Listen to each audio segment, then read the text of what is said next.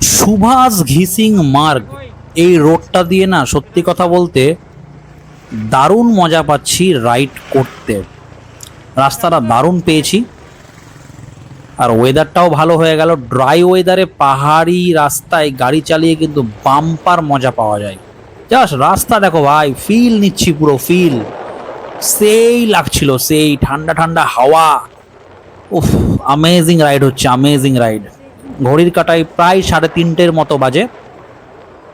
আর তোমাদের আগের ভিডিওতে আমি বলেছিলাম রোহিণী হয়ে আমি শিলিগুড়ি যাব, তো সেটাই করছি।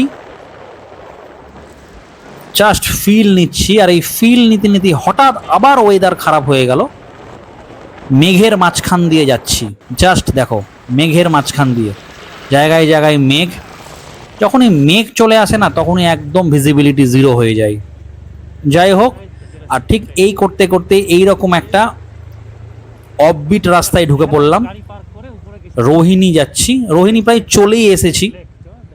এটা রোহিণী যাওয়ারই রাস্তা, দেখতেই পাচ্ছ ওই নিচেই রোহিণী টি গার্ডেন আছে, খুব ফেমাস।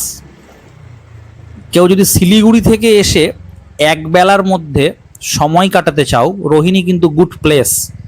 পৌঁছে গেলাম রোহিণী, এখানেই গাড়িটাকে পার্ক করব, তারপরে রোহিণী পার্কে যাব। এইখানটাতে আমি গাড়িটাকে পার্ক করে ওপরের দিকে একটুখানি উঠতে হবে।